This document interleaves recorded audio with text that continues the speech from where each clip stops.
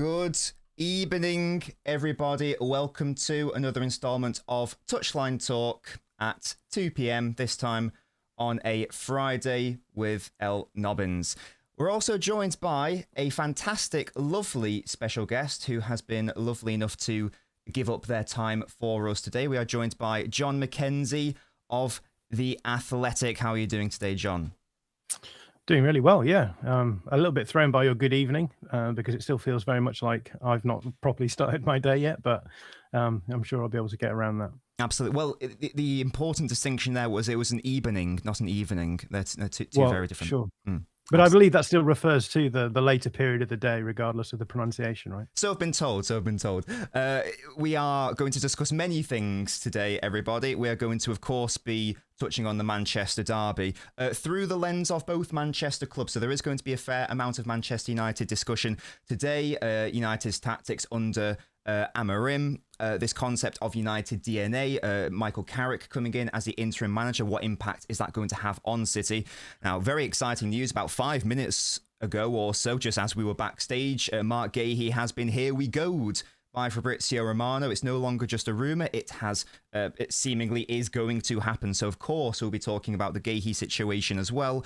And also just about Manchester City within the broader context of, are we caught between styles? And John is, of course, known as the out-of-possession expert and connoisseur. So I know many of you guys will have questions about City's out-of-possession structure this season. Is it fundamentally flawed? Is it tenable? I'd love to get John's thoughts on all of that and more, of course. John, do you have anything to plug before we start? RE social media, for example. I don't know. I would advise people to avoid my social media because I try and tweet as little as possible. So any encouragement I get will stand in that way. But my social media is mainly through Twitter at John_Mackenzie. And John doesn't have an H because my full name is Jonathan. So there you go. There you go. It's too cool for that H. It's too cool for it. Let's get into it, though, straight away, shall we then, John?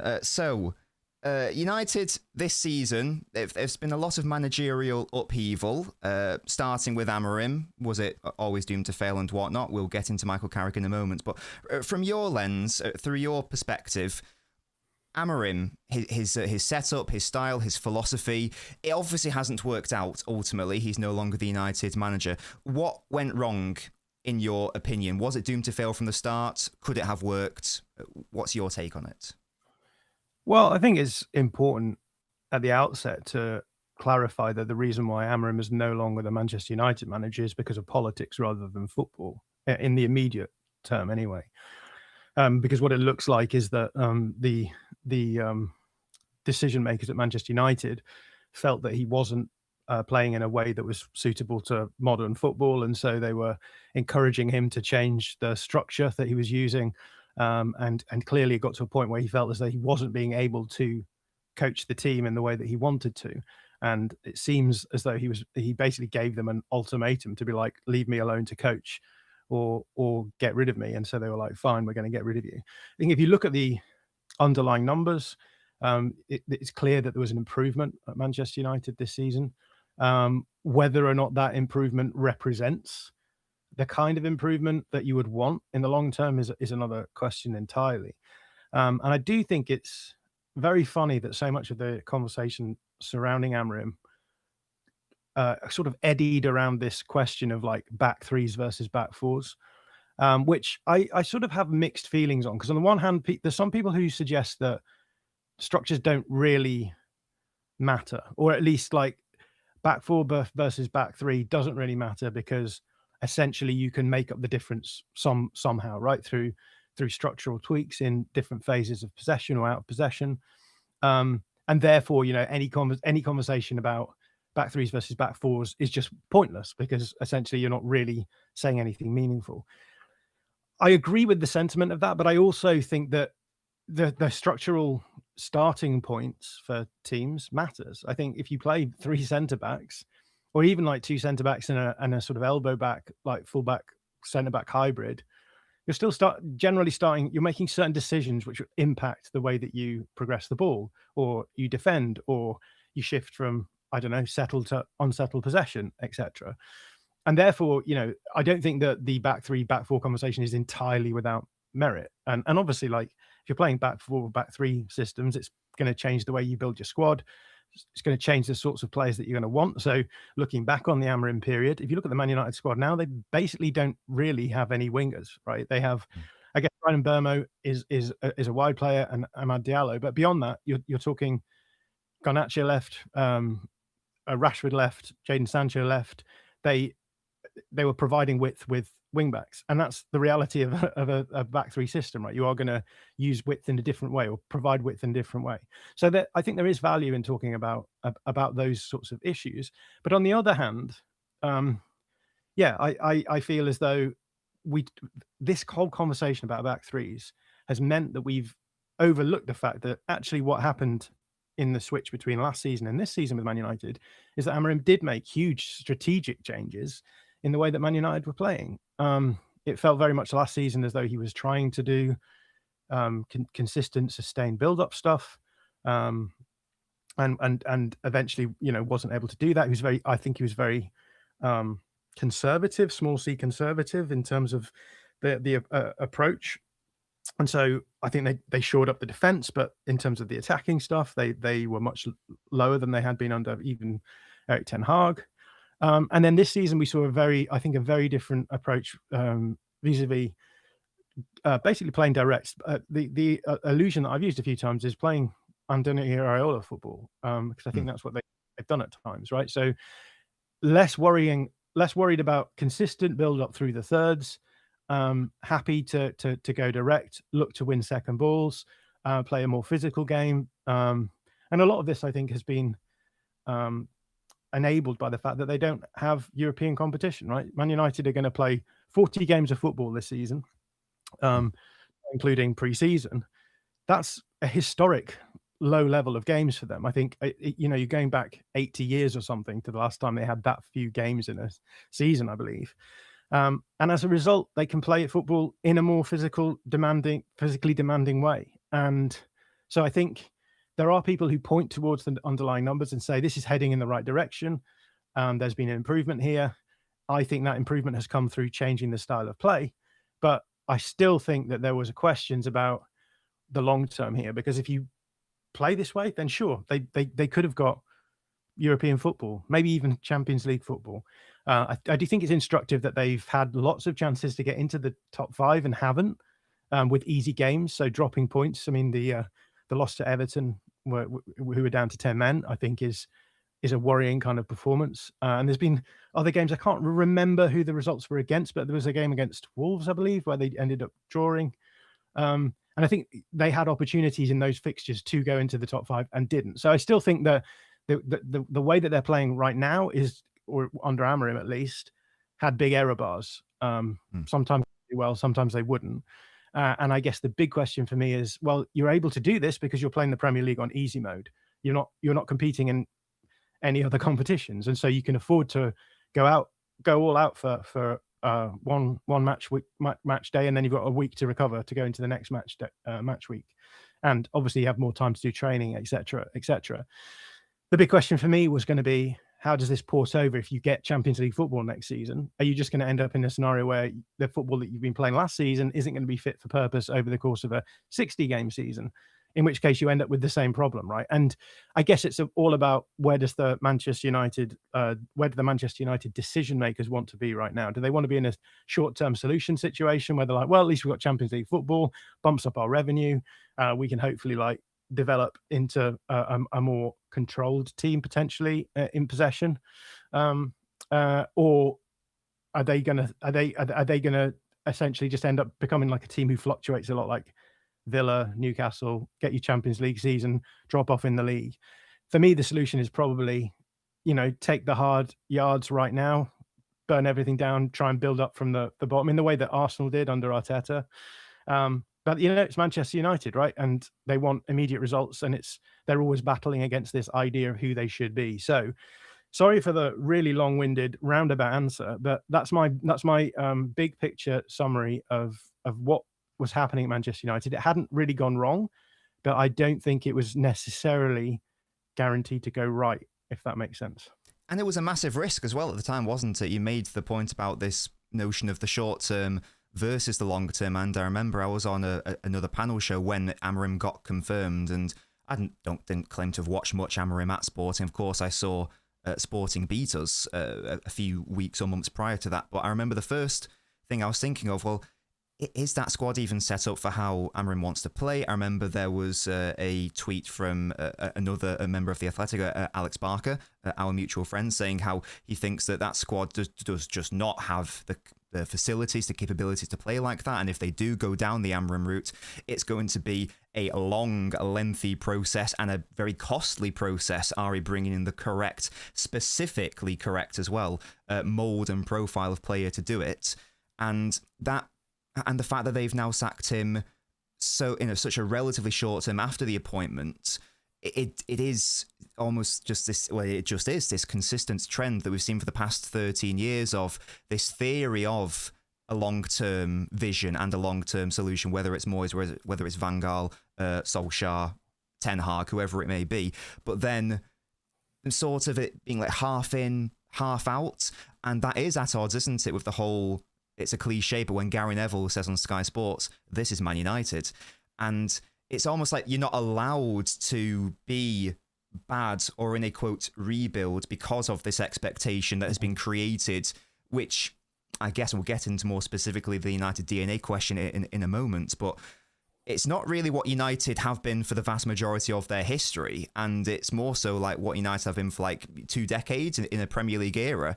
But that's what we now think. That's all the main pundits played in that era. That's how they view United. How does one even begin to reconcile the demands of a long-term vision of squad building versus that short-termism of what United have portrayed themselves as over the past few years?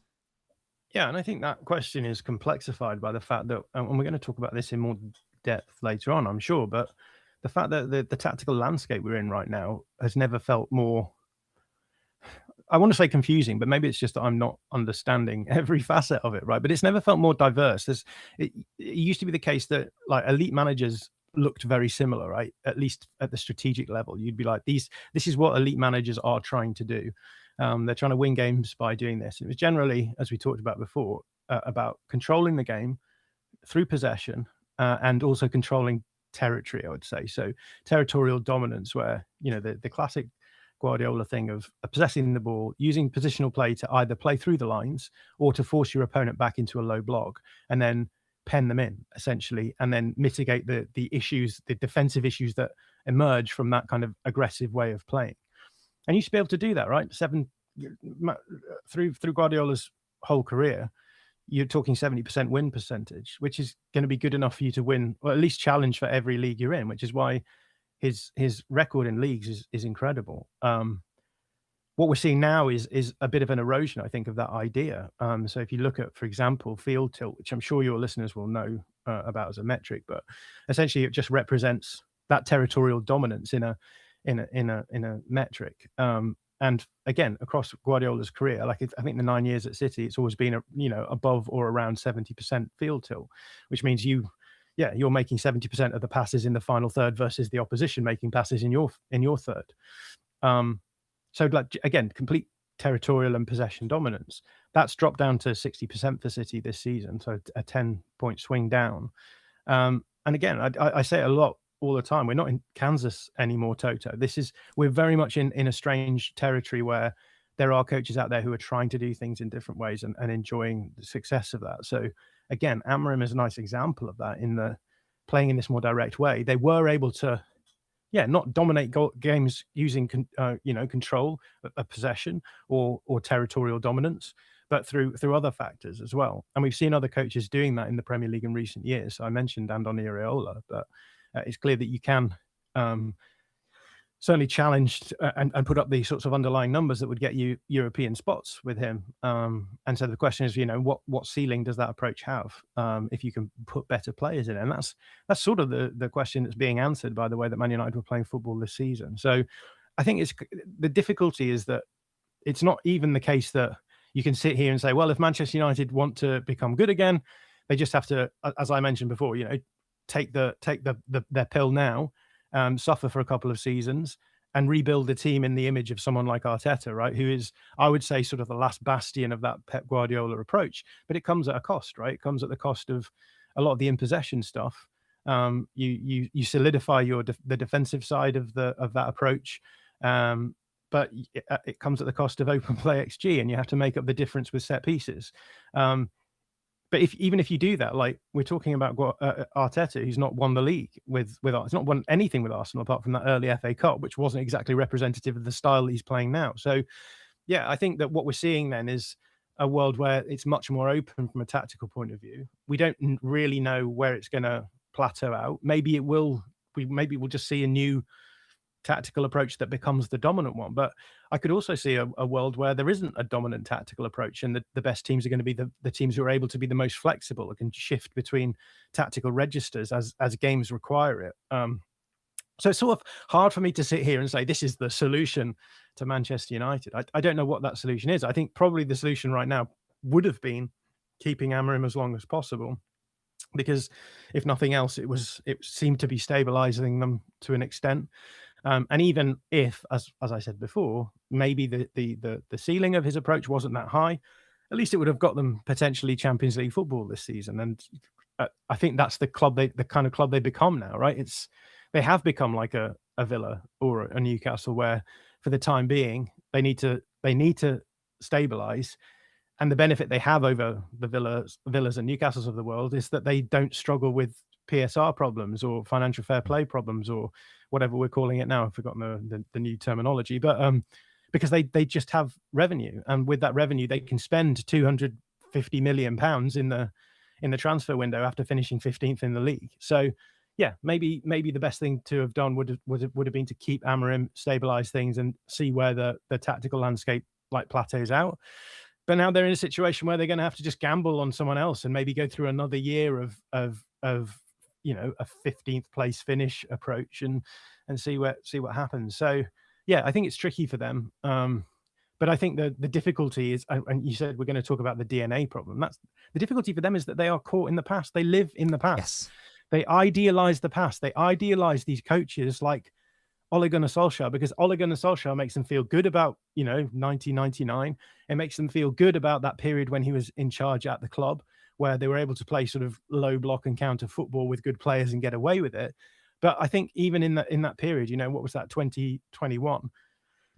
Things have moved on since then. The out possession demands have become so much more higher. The rest of the league have become good. The reason why Guardiola is not dominant in the way that he was anymore is the same reason, I think, why you can't just fall back on those kind of Ole Gunnar Solskjaer types, or just throw in, Fletcher or Carrick and hope for them to just sort of vibes their way to second place finishes again and feel as though we're not that far away from the top of the league here. So yeah, tricky situation for them. Absolutely. I'm going to come to the DNA point next, because you did bring it up. Before we do that, guys, we just had a couple of super chats. That's very generous. Thank you so much. Thank you, True Citizen, and Cat Fat, one of my beautiful members, saying, this is exciting. Hope this is the first of many. We'll see if you guys make John feel welcome. Who knows? Maybe he will come back. We shall see. If you guys have any specific questions or topics that you want us to discuss, please get them in the chat. Even if you submit the comments early and then we'd speak for like 15-ish minutes, I will come back to it. So don't worry. So if you've got any topics that you want us to touch on directly, whether it's about United or City, we will talk about City, of course. And I know you guys are excited to talk about Guehi. Don't worry, that is coming. But for now, I do want us to first of all touch on United, and then we'll get on to City and, of course, the Guehi situation. Musty here says, for example, they need to leave Ferguson in the past. There's still a huge spotlight on him. There is no need for Fletcher to say he's asking for Ferguson's permission. Yeah, that was very almost like Godfather-esque, or almost like when you ask the father of your future bride whether you can marry them or not. It was a very interesting hierarchy or politics that are going on there, and I think that does absolutely lead into the next topic, which I do want to address, which you brought up, which is this notion of the DNA, whatever term you want to use, DNA, identity, philosophy. I don't know what the correct term is. DNA seems to be the main one that gets thrown around. And look, I'm not a United fan. You're not a United fan, so perhaps I'm not best placed to even discuss it. So maybe this is wrong for me to even try to attempt to discuss it. But I've always been a bit confused as to what that means, basically. Is that a culture off the pitch? Does it just mean winning by any means necessary? Does it refer to a style of play? And there was a tweet that you did, which interested me. I think like Attacked X, who is another great Twitter account, replied to you, where you were discussing about how you're watching Fletcher's United and you felt that there was lots of archaic out of possession principles that were being used. Tactics says that just fundamentally United's DNA is outdated. That even links back to the conversation about how some of Amorim's most successful games were when United lead into more of a counter-attacking style. But as you rightly said, what is the ceiling of that style of play? Can that only get you fourth place? Can you compete for titles playing like that? So what is this notion, do you think, of United DNA? Like, what's the best version of it from a United fan's POV? Is it something that's holding them back as well on the pitch and off the pitch? Yeah, I think it's really, really interesting.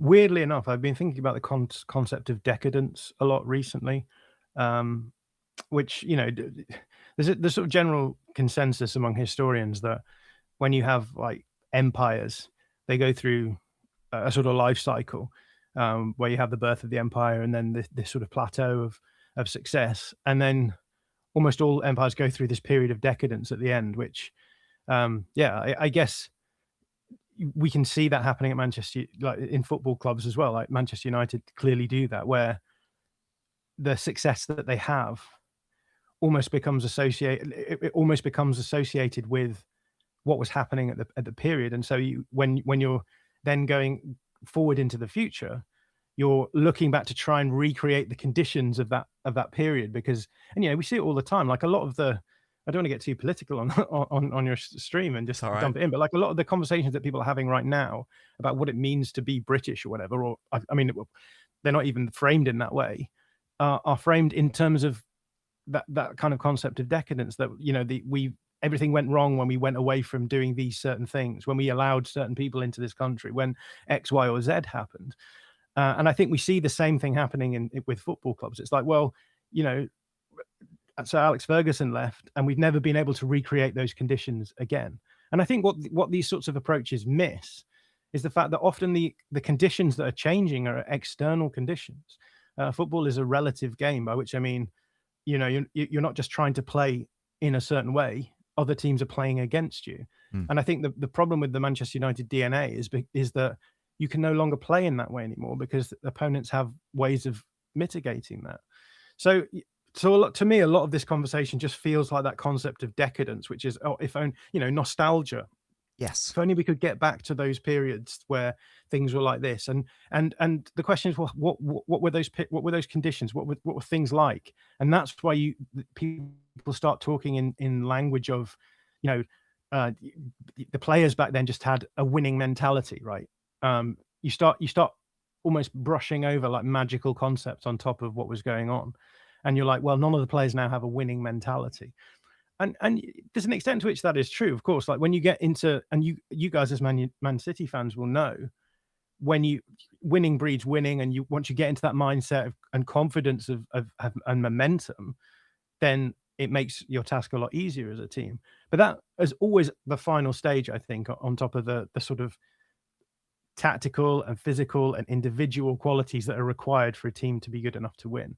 So that's a long-winded way of getting to the first stage of the answer to the question that you asked, which is, why is it that the Manchester United DNA doesn't work anymore? Like, why is it that things have moved on? And that's why I tweeted about Darren Fletcher's out of possession approach, because I'm watching that game and I'm thinking, what you're doing here is you're imposing an idea of football onto the game that was workable in the 2010s and hasn't really been workable since. Certainly not since 2020, when I think the evolution of out of possession ideas has stepped up so high that you can't afford to just be super aggressive, which I think is a lot of what they mean by the Man United way, playing direct football, not really committing anyone into like solid rest defense structures. The players clearly weren't thinking in terms of, if I so for example, they ended up with basically a situational 3 anyway post Amorim. Oh, the irony! But then one of those players carrying the ball out, not necessarily even in a structured way, but and then leaving spaces open that if you lose the ball, this is particularly I think it was the Brighton game that I was tweeting about. Brighton were just really nicely positioned in like rest attack structure, where if they did win the ball back, they suddenly had really easy routes to goal. So yeah, I think that's the issue that I have now is that a lot of Manchester United fans seem to think that you can just go back to the old Man United way without recognizing that football has evolved to a point where the reason why the players aren't able to play that way is not because the players aren't good enough or don't have the winning mentality. It's that the way that the game now ebbs and flows at a sort of tactical level is just it has just moved on beyond that. So yeah, I think in terms of what they think the Man United DNA is, I think it is that sort of attacking quickly and committing players to the attack. Now, attacking quickly is back in vogue. Playing directly is back in vogue. But I also think that the coaches who are doing that now are not just doing it with an old-fashioned concept of rest defense. They're doing it with increasingly complex ideas of rest defense. And as I understand it, like modern football is all about, it's also all about like cheating, right? It's about trying to feel as though you've got more players going forward than you should do, and then more players going back.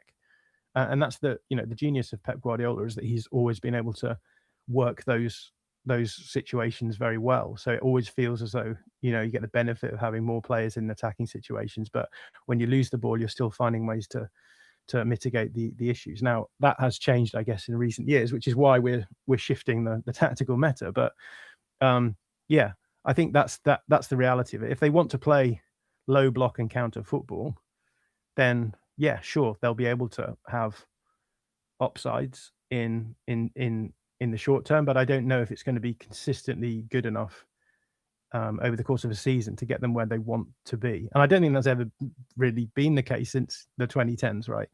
And I think Mourinho, a great example of this, right? A coach who ended up falling into that kind of approach of like defending deep and using the old maxim in football was when you're defending, you want to make spaces as small as possible, and when you're attacking, you want to make spaces as big as possible. That's maybe the nicest way of talking about this Man United DNA. And the problem with that is that when you make spaces smaller when you're defending, you're giving the initiative to the opposition. So if the opposition can keep the ball, they can essentially keep you in a defensive situation the whole game, right, for long stretches of the game. And then you're so deep that you can't actually attack the big spaces that necessarily open out. And I think that's the reality of it now. I think teams are, if you're going to defend in that way, where you're defending deep, giving up initiative, most teams are going to be fine keeping you quiet. You've got to find a more sophisticated way of playing than that. So, and I think that's one reason why Mourinho just hasn't really been able to compete in the modern tactical sphere as much as he was doing 20 years ago. So yeah, I don't know if I answered the question there, but you did. The Manchester United DNA, it feels like we've moved past that. And with Guardiola, what we had was the opposite ideology of like make spaces that you're attacking small, so force the opponent into a low block, and then make the spaces that you're defending big, but make sure that you have ways of mitigating the threat and risk of that kind of approach. Now, I think we're probably shifting back somewhere in the middle of those two, those two approaches. And we could talk about Roberto De Zerbi as a sort of interesting reversal of the old ideas. But yeah, I think the Manchester United way is just, the DNA is just, as Tactex says, it's outdated. It's not up to scrutiny anymore. Yeah, it's hard to justify viewing football through the lens of the tactics of the 90s and of the noughties as well, and trying to put that into a 2020s landscape, not only because of the tactical meta as you've just outlined there, but also just like on a more fundamental point, like the floor of Premier League sides has also just massively increased, I would argue, in respect of overall quality. Like a side who would have finished like, I don't know, 10th in the Premier League in like 1998 or the early 2000s compared to what we have right now is night and day. So I think that goes hand in hand with it as well. this. I was thinking, I was reading the other day an interview with Ilkay Gundogan talking about. Do you remember the Newcastle game, which I think you ended up winning 3, or did you, maybe it's draw 3-3, In where the Alan's, treble year, was that? yeah, Yes. when Alan Saint-Maximin like absolutely like Yes. destroyed you in transition, right? Mhm. And Ilkay Gundogan was talking about that, and he was, for me, that's sort of the beginning of the shift where it became harder and harder to justify the Guardiola, like the classic Guardiola approach of like, we can defend counterattacks well enough to make this approach worthwhile. And Gundogan basically just says everyone now has their Alan Saint-Maximin in the Premier League. Every team has ways of hurting you. The teams are much better structured in those moments, even just in terms of winning second balls. So I think that's really interesting. I think, yeah, the leveling out of the talent discrepancy a little bit has meant that it's harder and harder for City to do what they were doing, to control games in the way that Guardiola wanted to control them. And that's why we are where we are now. That's why we're having these endless conversations about where are City going? Where are they headed? What do they look like?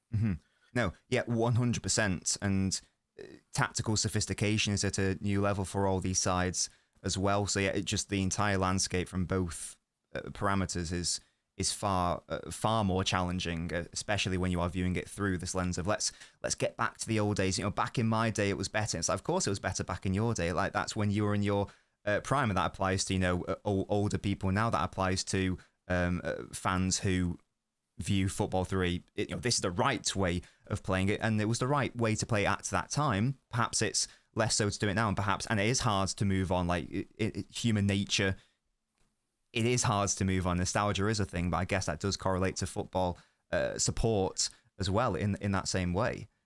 Yeah, and the right way of playing has always been the way that wins, right? I know Yes. it's so tempting to impose kind of like aesthetic qualities onto football.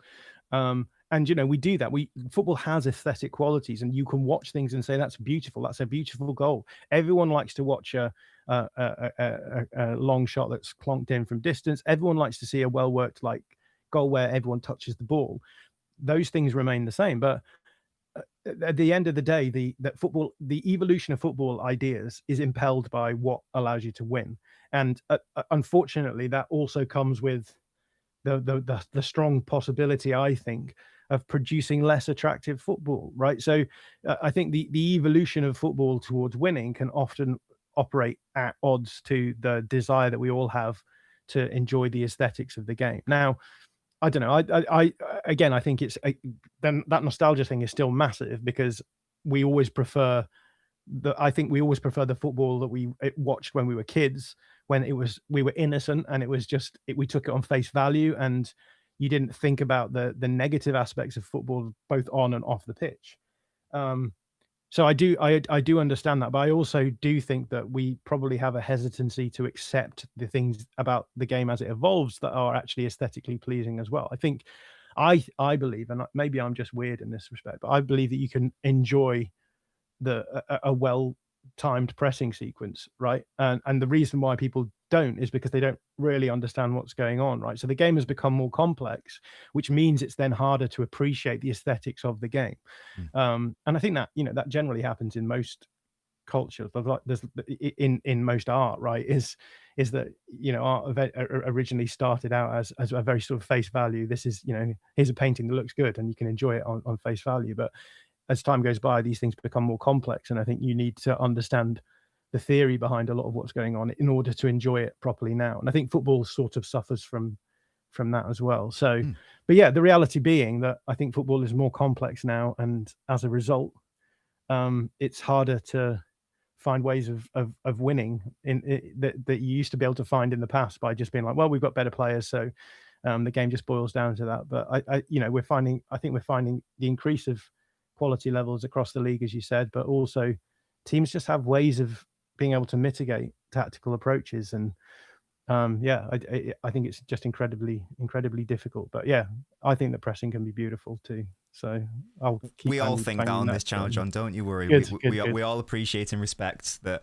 out of possession is arguably just as important, if not more important, than in possession. So don't worry about that. We do respect. It's worth saying though, on the out of possession side, that a big reason why I think a lot of people think that modern football is boring and bad and miserable is because the quality of the out of possession has risen. And so it's so much harder for players to actually score the kind of goals that they used to score.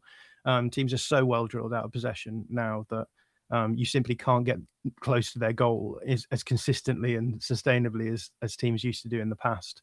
So again, and that comes down to winning, right? I think that concept of like winning impelling the evolution of football, because it used to be the case that everyone worked really hard on their in possession stuff, and got better and better and better at it. And then at some point, people realize, well, what if we make it harder for the opponents to actually score against us? That will raise our chances of winning. And I think that's where we're at now, right? Like anyone in the Premier League can legitimately win against anyone else.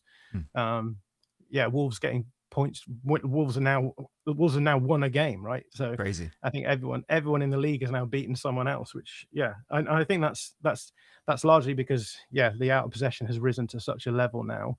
That it's enabled teams to level the playing fields as well, because I think it's much easier to build a team that defends well than it is to build a team that attacks well, because defending is about organization and structures, whereas attacking is about often individual moments of brilliance. As much as structures can help you achieve that, at the end of the day, if you have better players, they'll find ways of scoring.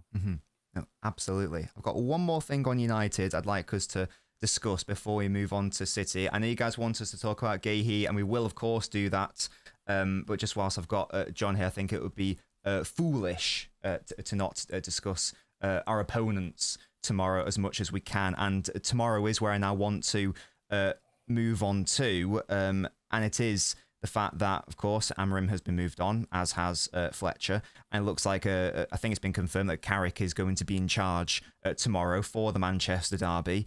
He had a brief spell with United. I think it was only 3 games. I'm not sure how much we can gather from that, and maybe we can't even gather much from his time at Borough, because he's not going to be the United manager beyond this season, as I understand it. He doesn't want to have the job longer term, so who knows? What if I had to push you for a prediction as to setup/style for Carrick's United tomorrow, what do you see? Do you think that we are going to see a blueprint of what he attempted at Borough, or do you think he's just going to go, I've got XYZ players, like Bruno Fernandes, he's my best player, for example, I'm just going to try to platform these players to their best abilities, considering his seemingly short-term approach? What do you predict there? Yeah, it's a good question. In terms of what he was doing at Borough, I was chatting to Johnny, who is part of the Borough Breakdown podcast, the other day, and he was talking to me. I mean, it sounds very, very much like Carrick is going to approach things as maybe a slightly more tactically astute Manchester United DNA kind of guy. So Johnny was saying that Borough are the most dangerous when they were actually setting pressing traps and winning the ball high and then countering from there.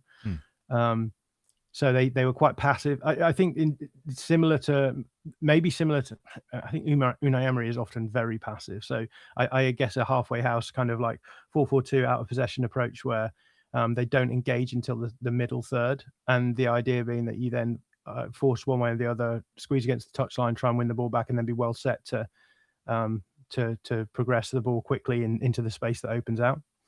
And then he was saying that in possession, it was very much the case that actually on the ball they were trying to control games a little bit more with possession, so they were maybe not quite so dangerous in structured possession play. And sounded like they had some of those rest defense issues that we talked about before, right, where you commit players forward too much. And the big question I think with Carrick's Borough was like the forwards. The players in the forward positions were much better than the players in the defensive positions. And as a result, like if you look at their underlying numbers in the Championship, they seem to put up pretty good ones. The Leeds promotion year, they were second in the table for the underlying numbers for a long period before they dropped off. And it seemed as though they would get into winning positions and then maybe have a bit of collapse when they were expected to kind of control those games because of personnel at the back. What I would expect is maybe similar stuff, maybe from Manchester United in the derby. So maybe a bit more of a passive mid-block, looking to allow you to come onto them and then try to win those balls and attack quickly from there. And then, in possession, maybe a little bit more patient. Whether or not that's because they aren't able to progress or because they want to they just want to keep the ball for as long as possible. I don't know, but it will be interesting to see that. And I guess the question I always have with coaches like this, I'm kind of interested in this topic with respect to Liam Rosenior as well at the moment, is whenever you have coaches who come from those leagues where there's less at stake when you lose the ball, it means that they can take shortcuts. They can be more aggressive in possession because they're not going to be punished for making mistakes with the ball. And when you often those coaches, when they step into the Premier League, so I'm thinking like Erik ten Hag in particular, they're just not well set up to deal with the, again, rest defense aspects that are fundamental if you want to survive in those kind of environments. So yeah, I expect the same from Carrick. Big question for me is going to be, okay, when they have the ball, what kind of structures are they taking up to mitigate issues when they lose the ball? So yeah, that's what I'd be looking out for. But in many respects, we just don't really know what this is going to look like. Carrick was one of the coaches under Ole Gunnar Solskjaer. I think he was running training potentially. I think Kieran McKenna was doing a lot of the strategy tactics side of things there. So even that I don't think really gives us a huge indication of like what is going to happen. And he's obviously like coached a team since then. So I don't know. I'm sort of interested to see what happens here, because it's a kind of really interesting experiment for lots of other clubs to have a look at Carrick and maybe think, is this guy actually smart enough to maybe coach maybe a mid-table side in the Premier League if he's not going to get the Manchester United job? So I think there'll be lots to keep an eye out for, and it will be fascinating to see how it breaks down. But yeah, that's always my thing. When someone comes from a lower league or comes from a team lower down the table, I'm always kind of interested, actually more from a lower league, because I think, often, so your Amorims and your Erik ten Hags, they're coaching teams who are playing dominant attacking football, right? But with so much less at stake in terms of like the defensive side of the game. And so I think they get to the Premier League and suddenly they get completely sidelined by or hit left field by the fact that actually we're really getting punished whenever we lose the ball. So then what do? Do you then stop doing the stuff that you do that was the reason why you were in possession, which is the reason why you were often employed in the first place? So there's two things. Like with Ten Hag, I feel as though he didn't make the changes he needed to, and so his team were giving up 20 shots a game. Amorim maybe the other way around, and that he then became way conservative and they weren't generating enough going forward.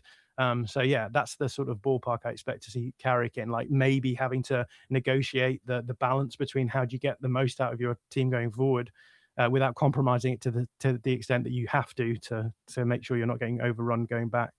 Yeah, it's nearly impossible. It's a very good answer. It's basically an impossible question because we simply do not have enough information. We don't know what they're going to do.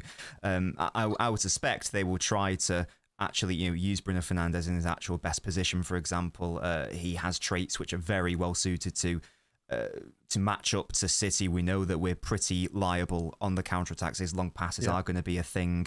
It's just quite funny or ironic that Amorim wasn't necessarily trying to play that style of football, but oftentimes he would get his best results playing like that, and it was better suited to United's squad. So we'll see if Carrick goes along a similar fashion of trying to absorb pressure and hitting us on the break. But we shall see tomorrow, of course.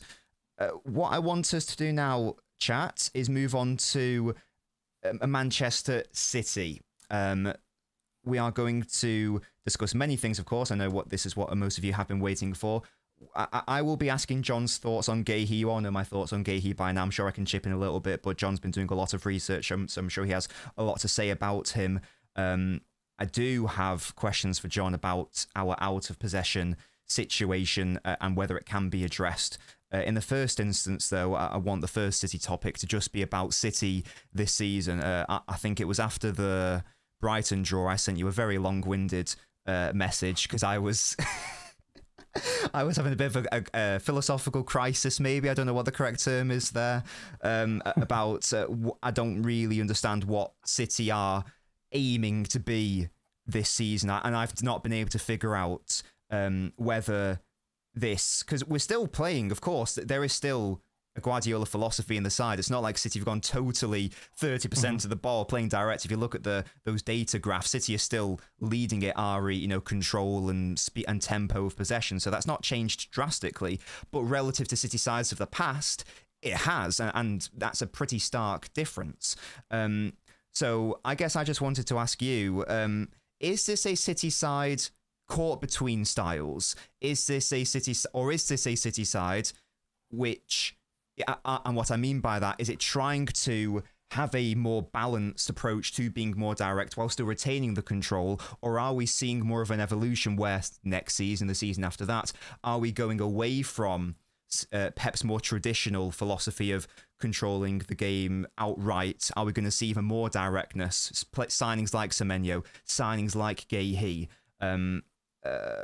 based on the context of that current meta. How do you view it, John?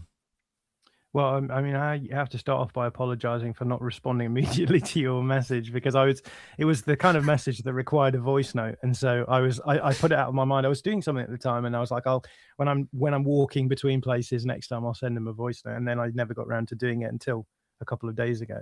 But yeah, I think it's not good enough, and I can only apologize. So, but yeah, I agree with you that at this point, it does feel quite confusing to understand what it is that City are trying to do. I think that's been something that's happened for a while, right? I think you went through the same sort of experience when you were doing the stuff you were doing on Donnarumma, right? It's the big question is, why is Pep suddenly starting to sign players who don't really seem to fit the profiles that he's gone for in the past? Antoine Semenyo signing is another example of that. And I think that the way that I would explain what's happening is that this is a period of transition. It's not like, I think when people talk about rebuilds, they just sort of think, well, squad's aged out. We just need to bring in some new players, and everything will sort itself out. That's what's happened in the past. And I sort of read that into the timeline of what happened in the last few seasons for City, insofar as I think if you read a lot of the press conference material that Guardiola put out last season when things were going badly, he's constantly just going back to, we can't compete because we don't have the physicality to compete. And as a result, I think it was very clear at that point that, despite the fact that I think that actually from a tactical point of view, last season was one of Guardiola's finest achievements, in that he solved the problems not by bringing in new players. I think, you brought in Marmoush, but you spent a lot of money, but you really only played Marmoush. Yes. Guardiola used the players that he had at his disposal to find solutions to the tactical problems he was facing. And yes, it wasn't perfect, but you were able to drag your way back into the Champions League spots. And the reality is that even last season, for the first 10 games, you were like top of the league, had your bad period in November.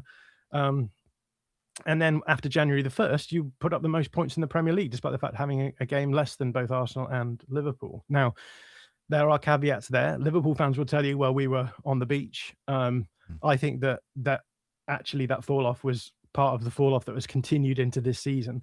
And yeah, Arsenal, I suppose, were focusing their efforts elsewhere, having known that they weren't going to win the league. But the reality is that Guardiola was able to tactically solve a lot of the problems that he was facing with the squad that he had. And I think that's a remarkable testament to how good he is as a tactician.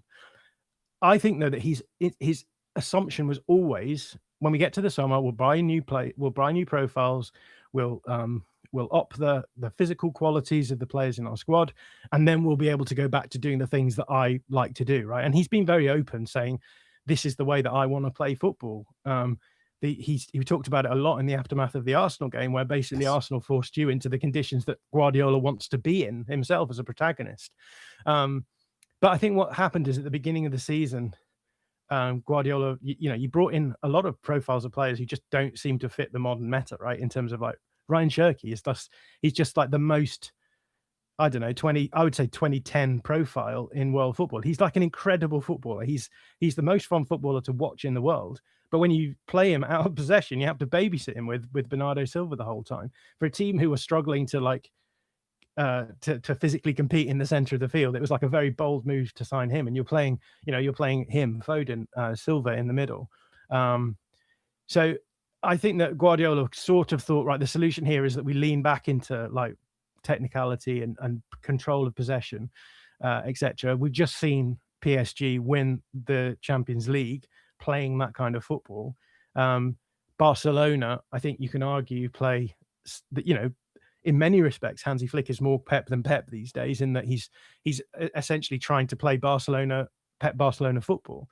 I think Pep was like, the solution here is either we go back to being like super aggressive at the things that we were good at before, and hope it works out.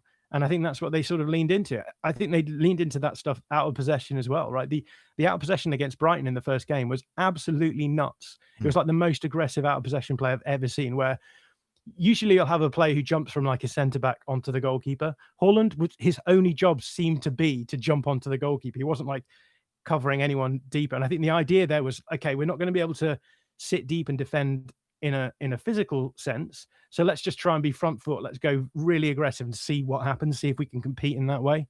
And yeah, it turns out that teams very quickly found ways of causing problems there. And we can argue about the out of possession later, because there's still big questions to be asked about that. But I think that what happened was that Pep thought we can just go back to playing the old style of football in the season in the beginning of the season with a new squad, and very quickly realized that this wasn't just a squad issue. This was, the game is moving on. We have to do something different. And I think very soon on in the season, he realized, well, actually the way that we were playing at the end of last season from a structural point of view is actually quite a good way of competing in this league. So what I mean by that is like overloading the middle with players. So in games that you're playing now, it's like you've got like 3 midfielders and then your 2 10s coming inside and playing in front of them behind Haaland, and then you're using your fullbacks for width, which is what was happening last season because they were too scared to leave the central spaces open. But I think he's leaning into that a little bit more now, and just accepting, okay, well, we're not going to be able to compete in the old way. We're going to have to find this new way to cause issues for teams. And I think, the signings that we're seeing happening now suggest that's the case, right? Donnarumma suggests that he's less concerned about sustained build-up. I think, Ryan Cherky, even bringing Cherky in, I think, I'm interested in the Cherky take, but like, I feel as though like with Cherky, it's kind of like, okay, well, we're going to have to use players like Foden and Cherky in the middle who can sit in those spaces that open out in modern presses and play quite directly through those in those moments. We've seen Foden like building up and being the guy who is playing through the presses to get the ball to Cherky. You can then find Haaland. But I think signing Semenyo, signing Guehi, both of those for me are indicative of the fact that, as I said before, we're not in Kansas anymore. Semenyo is not a profile that really Guardiola has used, I don't think, in the past. I think with Guehi, what you're getting is like a really well-rounded profile at centre-back.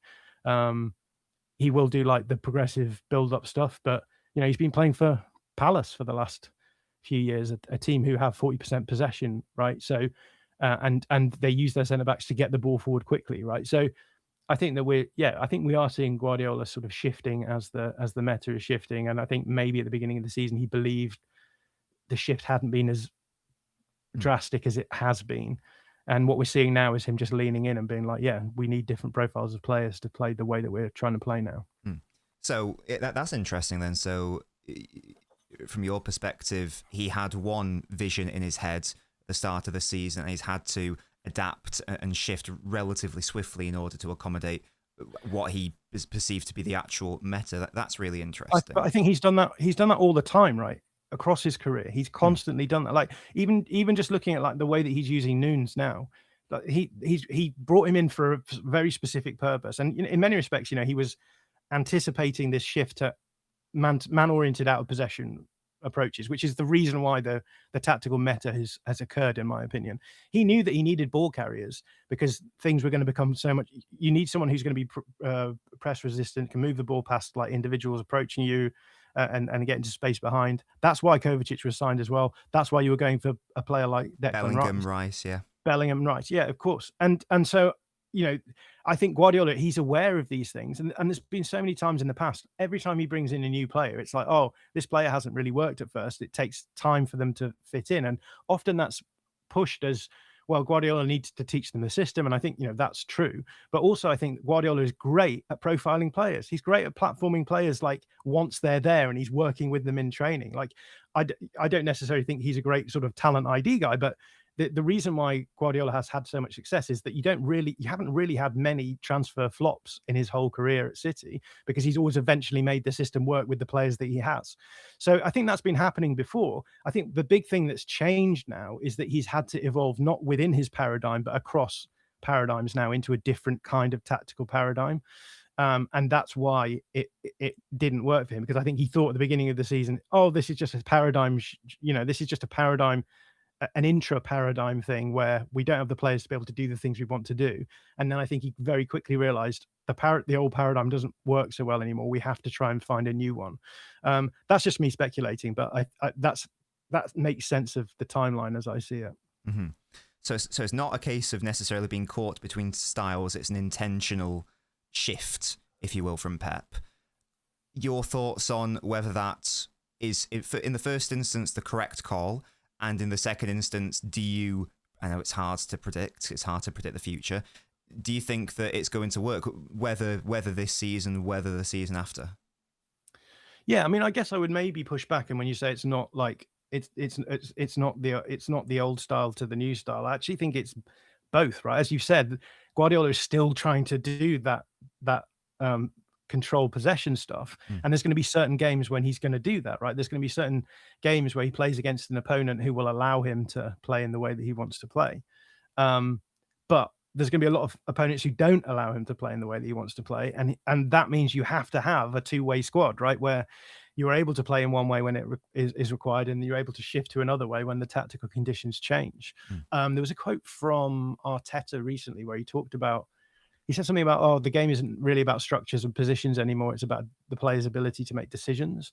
And what I read that to mean is that it used to be the case that an opponent would play in their structure and the players would be in their positions, and you would roughly know what was going to happen. Whereas I think now players shift positions all the time. The structures change all the time. And so the most valuable thing that you get from your players now is the ability to recognize those things happening in real time and respond to them. Players have to be super smart now in that respect, and it's just scary watching how good the players are at doing that. And I think that's the world that Pep is inhabiting now. It's yes, everyone's desperate to say that positional play is over. I don't necessarily agree with that, but I do agree with this idea that it's become a much more fluid concept of positional play than what people used to talk about as positional play. And that is, you do need to rotate to create separation from man markers. You do need to, find the spaces when they open out. And sometimes you have to play closer together. Sometimes you have to play quicker. Sometimes you have to play, in certain channels, right? And I think that's the difficulty of the modern game. So I think that, the reason why the squad feels like it's a bit like two squads chunked together is because it kind of is. And other teams are doing that as well, right? You look at Arsenal's recruitment in the summer. They brought in Gyökeres, they brought in Madueke, they're bringing in Eze, they're bringing in players who are very good at playing in transition. And I think that again is part of the fact that, Arsenal's tendency has always been to play super slow and controlled and risk averse, and, Guardiola, but on the opposite of steroids, downers. Guardiola on downers, yeah. So yeah, I think I can't really remember what your original question was, but I think that's the reality now is that you have to have flexibility in your squad. Sure. You can't just say this squad is built for this approach.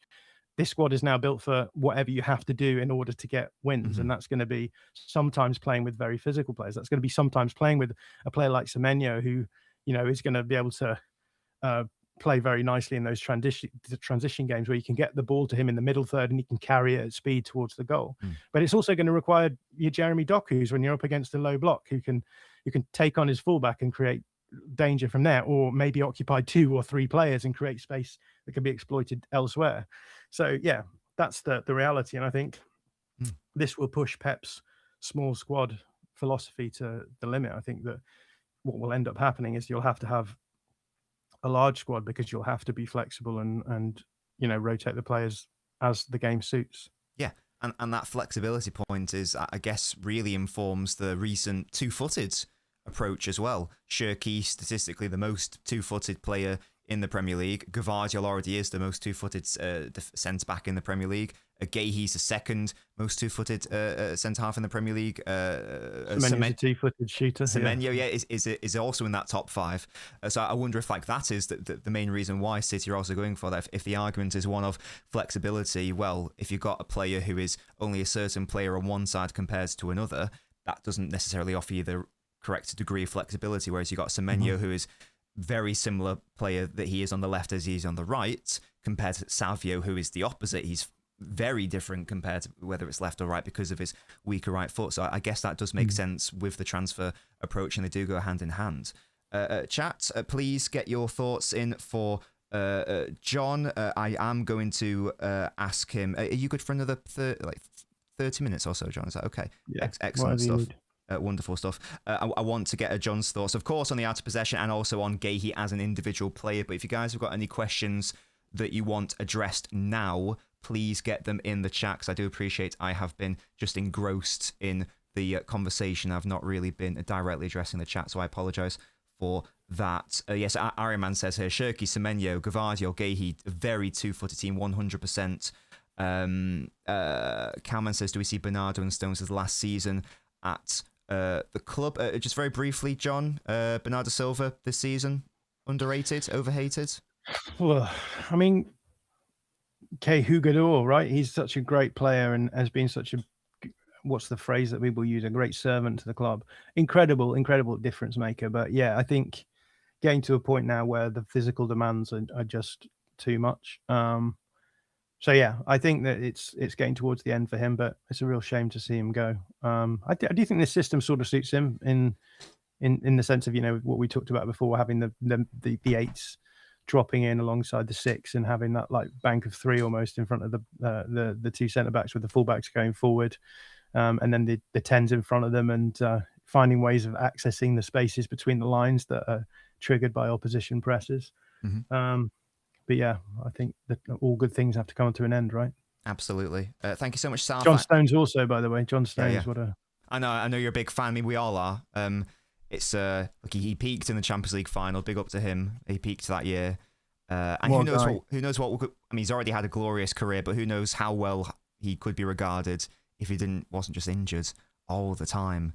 That was like a season where he didn't get injured for a significant period, and look what happened. We ended up winning the treble. I genuinely don't think I've ever seen a centre-back play his role to even close to the level that he played it. Like when in that treble-winning year, when he was stepping up into the midfield, it was remarkable, the things that he was doing. And I still don't. I know that everyone's like, yeah, you know, it was remarkable, but like I still don't think people really appreciate how difficult it was for him to do that. And just ridiculous. The best. Yeah, he's some boy. Sarthak, thank you so much. That's a year of membership. Thank you so much, matey. Can you ask about United on-ball ship? So we discussed United earlier, so please feel free to go back about 30 minutes or so. That's where we discuss what Carrick might be doing in the game. And your random footballer, basically, whenever someone joins the membership, John, they get a random footballer printed. And their random footballer isn't actually a footballer, but it's quite appropriate for the conversation. It's Avram Glazer. So he's been printed out. So that's your random footballer, Sarthak. So big up to you for that. That's a pretty L pull, I'm not going to lie. You know, someone pulled Zidane the other day, so a bit of a downgrade. I'm missing the bald head that you just had imposed over you. I don't know how that happened, but I felt as though you were giving me some kind of solidarity. You were showing up with a bald head for a while. What was going on there? If it's a certain super chat, then I turn into a bald man. But that was a membership, not a super chat, I'm afraid, so I don't get to go bald. If people want me to feel more comfortable, then you can make Nobbins go bald. That would be great. We've got one from Spartacus. Big up to you again, long support of the channel with the super chat. How does John rate Bernardo's role of covering for both fullback and winger in the rest defence and out of possession? I definitely want to cover that when we get to the out of possession section, so I'll park that to one side, Spartacus, but thank you so much for supporting the channel as always. I think this is in reference to Stones or Bernardo. I'm not sure. He controls the tempo and the rhythm. Bernardo, surely. Yeah, Bernardo, yeah definitely. Guehi would be an awesome mentor for Eleni. I'll get into Guehi. Punctured Bicycle says, amazing guest. Thank you so much, Punctured Bicycle. Yeah, big up to John. Make sure you're going to go follow his socials if you haven't already done so. Moses says, will the side of Guehi, Gvardiol, Shirky, Semenyo be one of the most fluid sides in the league, I would suggest yes, because Semenyo off the right, off the left. Shirky has played right wing. I'm sure he could play left wing. He can also play in the centre. Guehi, right centre back, left centre back. Has he played for fullback? Played fullback for England as well, unless I'm mistaken. Maybe. Potentially. Maybe, I try not to watch England where I possibly yeah, can. good shout, to be fair. Even Gavardio, left back, centre back. Who was it we played recently where he went up to left 10? I think it was Sunderland, maybe. Just can do literally everything, plays. He's a bagsman, to be fair. Yeah, he's a shooter's shoot, and Gavardio's a shooter, especially with that weak foot. So John doesn't feel lonely, let's go bald. Interesting. So it's okay. It's working on my StreamYard, but it's not working on my stream setup. So John can see me bald now, if that helps. So he's at least it's feeling... making me feel great. There you go. Honest. So he's feeling great, but I'm not, because I'm using a different camera. Because of technological reasons, I can't use my bald camera on stream when I'm using it through StreamYard. So apologies for that. This may be a really good question, and then I will get on to the out of possession and Guehi. What does John think is the most balanced 11 for Manchester City? So I know it's a tricky question to answer because it depends on the opposition, blah, blah, blah, blah, blah. I don't want you to be politically correct, though. Just what is in your... If you're Pep Guardiola right now, bam, we transformed you overnight. Someone says to you, what do you think is your most balanced 11? Let's use the players that are fit and available. So let's not include Gavardio and Diaz. Let's just assume that's right now. Casanov, Elaine. Just throw them in. Well, I mean, it's funny because we've just spent the last 25 minutes talking about how modern football is not about having a balanced 11, right? It's about having whichever 11 suits you for the game that you're playing. But I'll play along. Yeah. So you're obviously gonna be playing Guehi at centre back because he's one of the few available centre backs. Yes. Who are you playing at centre back alongside Elaine? Casanov. In the most recent game. Okay, so we're going to have to play those two, but I think that's fine. Yeah. I guess we're playing fullback width holders. Are we doing that structure? You want to go 2-3-5? Yeah, I mean, yeah, I guess so. Yeah, let's do those two centre backs, and then we'll have Nico O'Reilly on one side and Nunes on the other. That's fine. Mm-hmm. I think Nico O'Reilly is sensational in many respects, and his development has been incredible, really. Because he was very shaky at times when he first came in, but now looks like he's been playing fullback his whole life. Although I noticed he played 6 the other day, didn't he, as well? So yeah. There we are. And then I mean, Rodders, of course, all day long, all day, every day. The best player ever. No, maybe not. Yeah, maybe. Who knows? Some boy. And then I guess. It's tough now because we've got options, right? I can't just be like, well, you've only got 2 centre backs, so this we're going to go This is where it gets tricky. I'm assuming he's starting Big Earl up top. Yeah, so it's obviously Haaland up. Yeah, I mean, I'm not going to go with Marmoush or whatever or Filth as a false 9. So we'll go with Haaland, and we'll go with. I mean, if you're going to play Cherky off the right, you're going to have to play Bernardo off the right. I would agree. In the 8, yes. And then the question is whoever you're going to play in the other. Well, I guess it's 10 spot, the interior spot, as the nerds call it. Mm-hmm. You them. yeah. The nerds, I believe. And then again, it depends on who you're playing, right? What do you want in the left spot? You're either playing, if you're playing in a more direct game, you probably play someone like Semenyo. Although to be honest, I think Doku's been great in those games as well. Doku through the middle has been.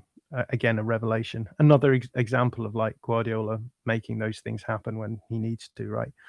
I really feel like I'm half-arsing this because I'm just like, yeah, you've got loads of great players and you could play this player in a certain situation or another. But I do think that Doku will be playing more. I think Semenyo will be more of a, I don't know. Do I think he's going to be more of a bench option coming on in certain games? But he's played in both of the games he could play in, right? So who's injured at the moment? Is someone out?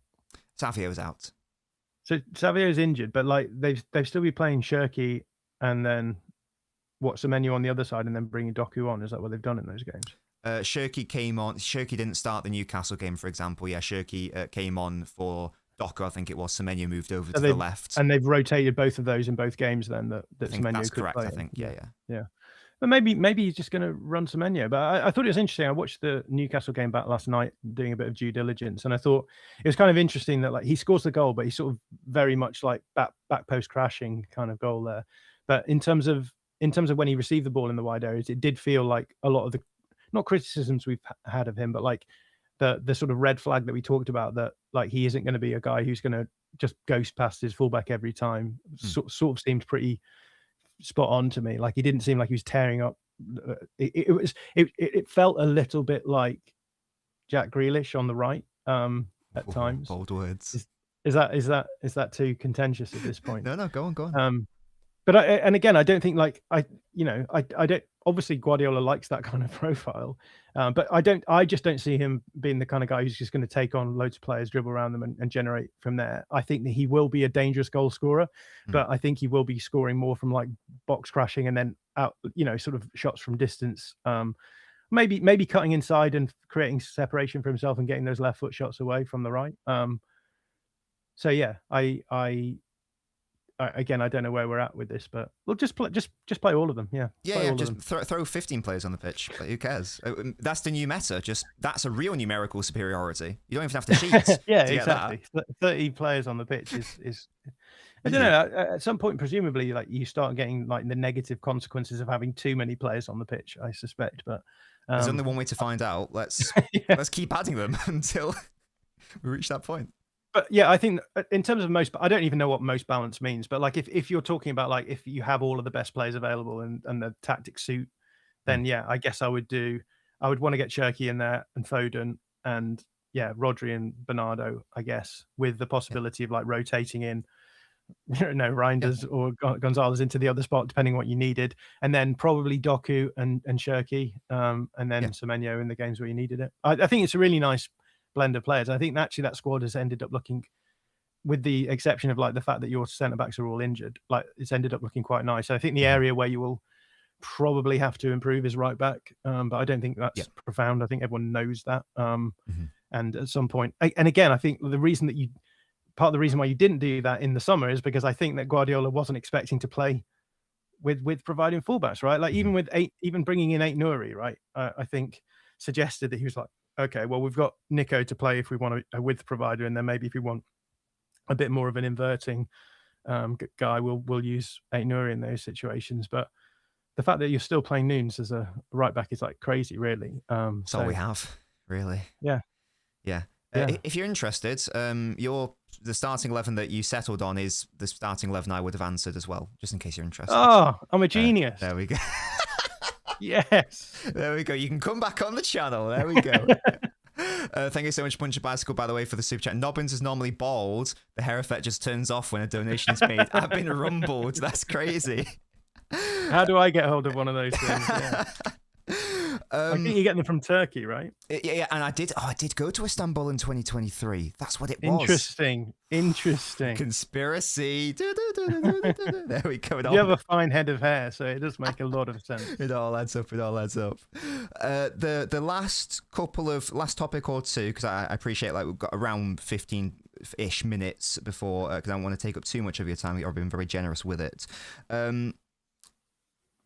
Shall we talk about City's out of possession issues / successes this season, and then maybe end on Guehi and how he could maybe fit into potentially resolving any of those issues, if indeed he can resolve any of those ishes? So I'd be interested to hear your thoughts on the out of possession, actually, as a benchmark. No, of course. I was just going to frame. God, you jumped the gun. God, I was going to say what my make him bald again, guys. Make him bald. Come on, get those bald cams in. So I think the first game we saw, because you alluded to it at the start earlier, where you're mentioning the Brighton game, and that was borderline suicidal. There were the fullbacks, and especially, I know you touched on Hall, and you're absolutely right too, but I felt the fullbacks in particular, that they were so aggressive in how direct they were in their jumps, and in fact that's how we actually ended up conceding the second goal. I think it's maybe Lewis who's on the pitch at that time, and he jumps. I can't remember exactly, something like that. It's of course, people have been touching on your Pep Linders coming in, how much of an influence has that had? We've seen metrics like Foden has ran more than any other player in the Premier League this season, someone who does put a lot of work in, but it's bizarre to see him that high up. in the metrics. I think it was against Liverpool, the first game we saw it. The diamond press, which I know isn't unique to Pep or City. I think Arteta's utilised it as well before. I think other managers have used it as well. I've certainly never seen Guardiola use it, not in recent memory at City anyway. That was quite interesting. Apologies to sit on the fence a little bit here, because I'm going back and forth with whether I think it's viable or not, basically. Because the Real Madrid one was the first game where I looked at it as there's a massive flaw here, because if you're pressing in the diamond press, 2/3 of your central midfield, you're playing a 4-3-3 in a settled shape, or a 4-1-4-1. 2/3 of your midfield is in the opposition box, basically, because you got your right central midfielder becomes your attacking midfielder, your left central midfielder becomes your left striker.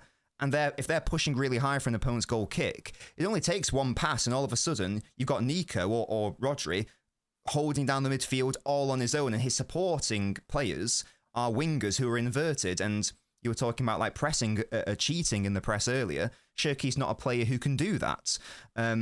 So I'm still stuck between whether I think it's a viable long-term approach, or whether it's just fundamentally flawed for what City are trying to execute. I do think if you, for example, brought in Elliot Anderson and popped him in the midfield, does that immediately resolve things? If you play Semenyo instead of where Shirky is, that immediately improves things. But how much can you multiply 0 by before you just end up with 0 again, if that makes sense?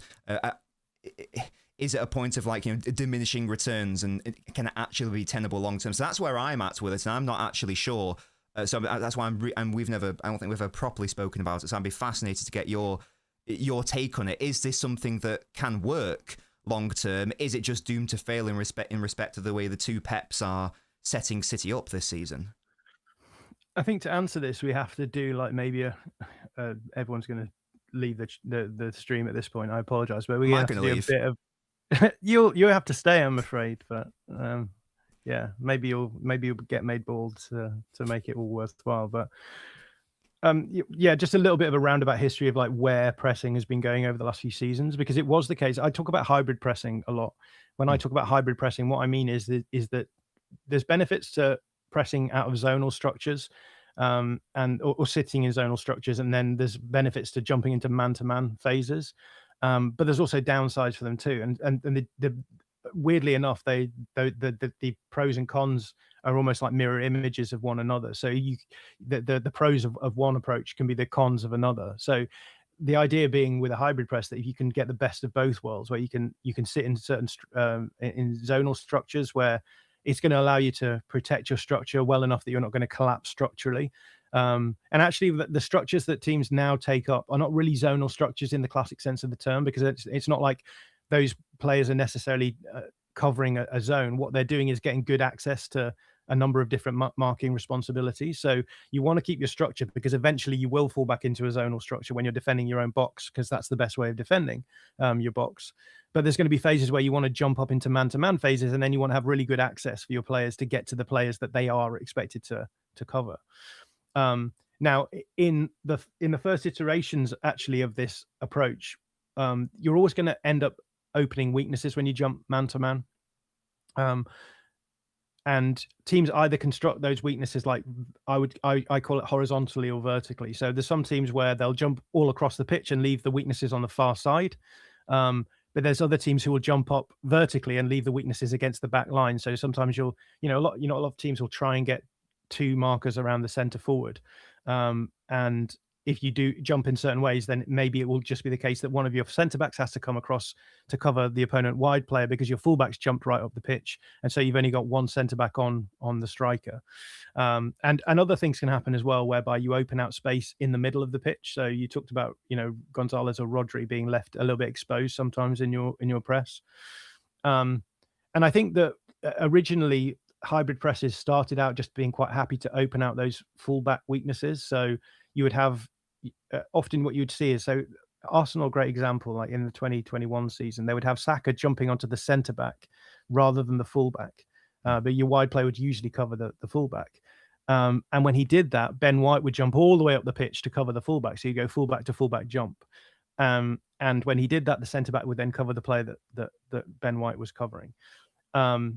And yeah, that was the way that hybrid presses worked originally. But very quickly it became clear that it's quite easy to manipulate that, right? You drop your fullback quite deep, you make the distance between the two fullbacks massive, and then you trigger the press onto the of Saka onto the centre back, and then if you've got a goalkeeper who can play that wedge chip pass into the fullback, then you're constantly just breaking the press over and over and over again. So teams stopped doing that and moved the weaknesses deeper in the field because they wanted to make it harder for teams to have that first phase like possession. And what we started seeing happening much more was teams finding ways of exploiting those weak spaces. So you talked about, sometimes when Rodri or Gonzalez feel as though they're exposed because the midfielders jump up to try and put pressure on the pivot players, and then all it takes is for someone to access that space, and it can be really bad. So what we've actually started seeing, particularly this season, is teams moving back to those original hybrid press shapes where fullbacks are allowed to be free, and then the fullback is going to jump to fullback. And the reason I think they're doing that is because if you leave space open in between the lines, if you have your centre mids jumping out and leaving the weaknesses in the middle, teams can find ways of like accessing those areas quite comfortably. A big part of the way that you play now is getting Cherki and Foden into those spaces, or having Foden deeper and helping work through the press to access that, and then you can create basically an artificial transition. And those kind of things are going to kill you if you allow the weakness to be on the fullback. They play the ball over your press. Now the fullback has the ball, but your fullback is deep and is stepping up anyway, so they're not technically free. And also it's like, okay, their fullback has the ball in their own half. Yes, they've broken our initial press, but it's not the end of the world. So I think we're starting to see those kind of presses emerge again, where it's like we're going to allow the weakness in the wide areas around the fullback. So that's what's happening with your press now, I think, is that with the 4-4-2 diamond press that you've been using, the idea there is to cover the two centre backs with your forwards. You have access in the wide midfielders to the fullbacks if you need. But if so the idea then is that the opposition will have, let's say they have double pivots. I should probably be using a tactics board here. I'm sorry if people are struggling to keep up, but let's imagine the opponent is building up with a back four.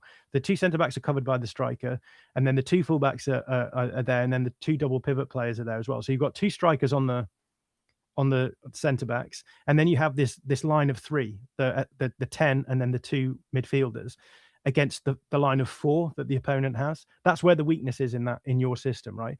But the idea is that you invite them to play. The reason you're playing with two strikers is so that you can force them into one side or the other. And then when they go down one side, that line of three shifts across onto the three on that side, leaving the weakness on the far side. And then everyone else behind that is like well covered. If the midfielder can't get across, the fullback can jump, and then you can go man to man on the back line. And then you've got like a floater in the sixth position who can come across and help out and cover where needed. And the idea is if you do that well enough, the free player on the far side is inaccessible because they can't just get the ball to him very easily. But at the same time, I think the issue is the games where you struggle are when the teams are able to play that cross-field pass, yes, and suddenly the whole press like opens up. So when you ask me like, can it work or can it not work? Yeah, of course it can work. Every pressing system can work if the opponents can't break it. But at the same time, there are ways of breaking that system open, and teams are finding ways of doing that. So in some games you'll watch it and you'll be like, that was fine. We felt good from an out of possession point of view. But there'll be other games where you'll I can't remember. I watched one the other day, but where it was there was one team who was just constantly finding ways of being able to shift the ball one side to the other. And when Chelsea you're doing that against us. Yeah. And when you're doing that with sometimes that midfield three is going to be Doku, Foden, and actually Foden's often in the front line, but like Doku, Foden, Cherki, and Cherki. Yeah, I think it's often Foden, right?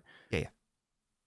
So yeah, depending on who's in the front line. But again, if you end up with a situation where it's those three in the three that are shifting from side to side, you're not really allowing any kind of wiggle room in terms of like failure of pressure. And then it's like, okay, now the ball switches. Now the fullback jumps. Now Rodri has to drop into maybe the back line to help cover the back line, and then you've opened up that space in the middle again. So if you can find ways of getting the ball into those areas, then it can be a nightmare. So I think it's just like a high wire trip act where, against some teams who aren't going to be able to. I mean, the Brighton game that we talked about before, it's a slightly different pressing structure, I know, but the Brighton game before, when they ended up winning 2-1, for 60 minutes you were fine. It worked. And then for 30 minutes, they worked out how to cause problems, and you conceded something like 2.5 XG, including I know that came from a Mateus Nunes handball, right? Yeah.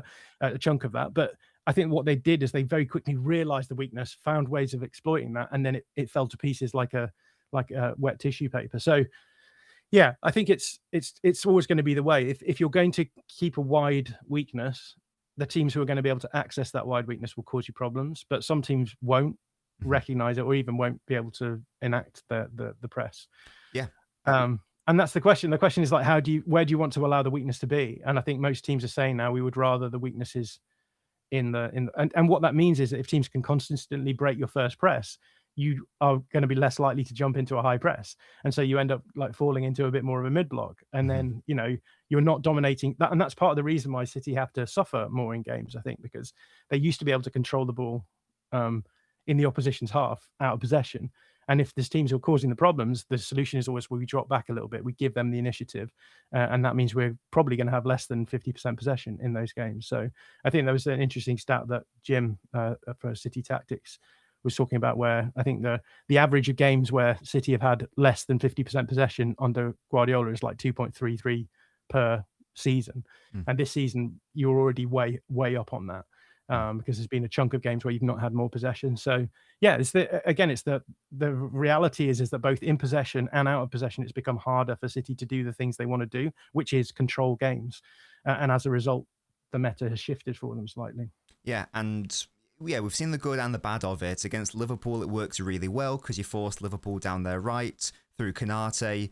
And Trent is no longer there, so now it's fine to force him down the right because Konate and Bradley are nowhere near as much of a threat. That means it doesn't matter if Shirky's isolated on that right side because Konate couldn't find the switch. It works great. Conversely, against Chelsea, second half, McFarlane, I think that was the name of the manager at the time, he brought on Santos, he dropped deeper. All of a sudden, their goalkeeper's now able to find that switch. Now Shirky's in an impossible situation where he's got to pick up both. I can't remember. One was who would it have been? Neto.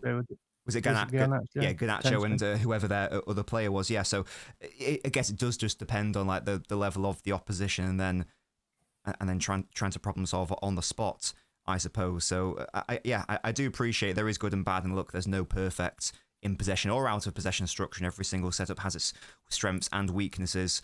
I just feel like I've seen too many times this season where it's been exposed a little bit, and it is upsetting me and concerning me a little bit, especially in a season where I know we haven't really touched on Arsenal that much and the title race that much this season, but it seems to be the way the season's going.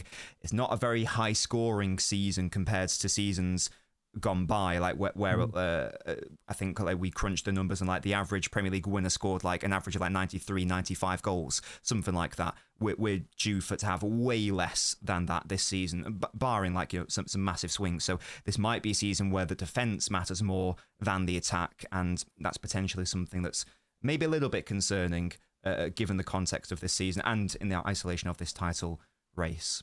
It's also worth talking about personnel as well, because we talked before about like playing that midfield of, Doku and Foden and Shirky in that middle, or maybe Bernardo is going to be there at times as well. It's the reason why Arsenal can play. Arsenal have played that 4-4-2 press roughly.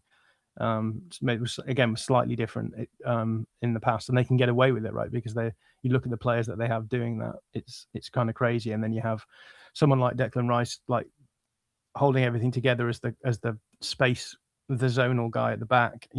Everything is in your power to be able to cause those problems. So yeah, I think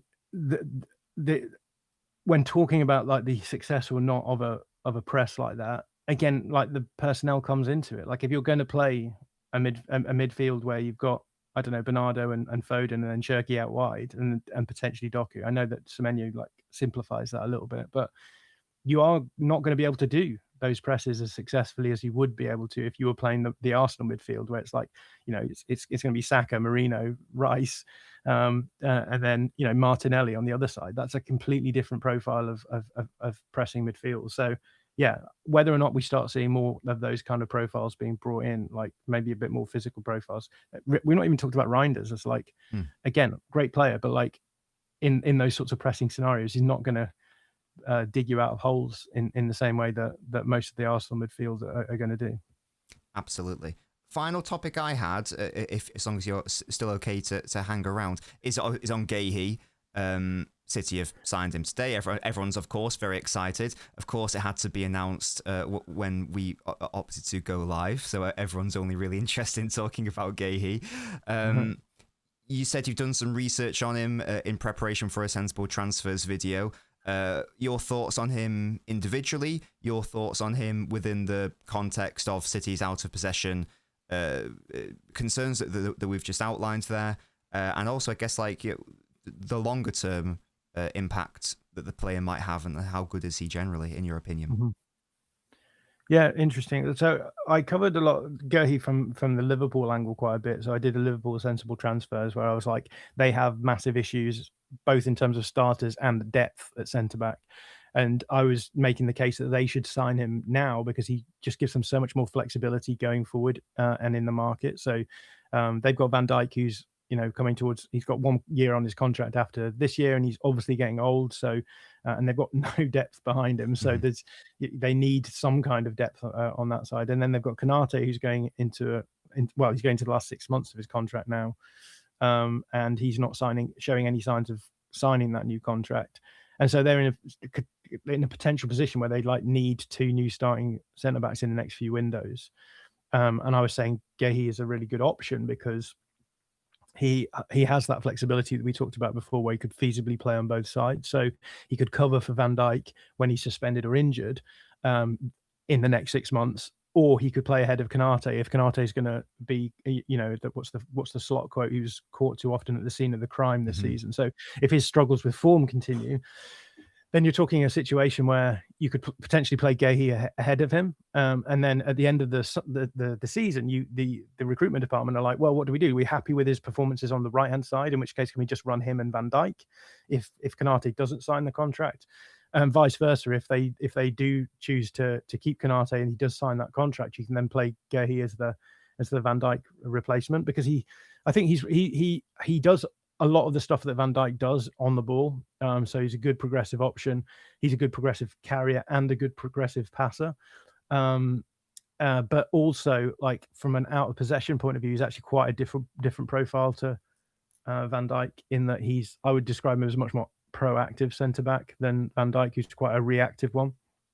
And part of the issue I think Liverpool have had this season is that both Van Dijk and Konate probably tend towards being slightly reactive. Reactive. And so part of the reason why Konate's had to step out a lot and put himself in positions that he doesn't like is because he's being forced to do that, because Van Dijk isn't going to do that. Whereas I think if you have Guehi in the team, then you have Konate able to just do a lot more of the box defending stuff and steady, whereas you can have Guehi being the more proactive, like, interceptor, the player who's stepping out, etc. So yeah, the reason why he's so popular is because he's a well-rounded profile, right? He's going to do what you need an elite team to do on the ball, but he's also good enough off the ball too to add, I think, a much-needed aspect to elite profiles now. Because in the past, you could play your Pau Torreses, or I mean, arguably even your John Stones, who are going to be like way high upside on the ball, but maybe a little bit lacking off it. I think Guehi gives a nice rounded version of that in the modern game. He's able to play on either side. He's gettable, right? I don't know. Seeing in the chat people saying 20 million plus, obviously signing on. Like, he's not going to be cheap for you guys. He'll be taking the wage that he probably would have got if he'd have waited till the summer. So he'll be on. We'll be talking. I don't know what it will be, but you're talking in the region of like 250k a week. Plus a signing on fee to make up the difference, plus you're paying 20 mil on top of that for Palace, so they're getting some value for him. So yeah, it's not like a cheap signing, but he's a very gettable signing, and will be much cheaper than if you were to try and buy a comparative level player, I think, who was already ensconced in a big side. So yeah, lots of upside there. And yeah, I think what you asked about in the long run. Yeah, I think he's had a good history of injury, so he's not going to be like he's going to overcome a lot of the issues that you've got right now, which is that you've got a lot of centre backs who seem to be getting injured all the time. Certainly will replace John Stones well in that respect.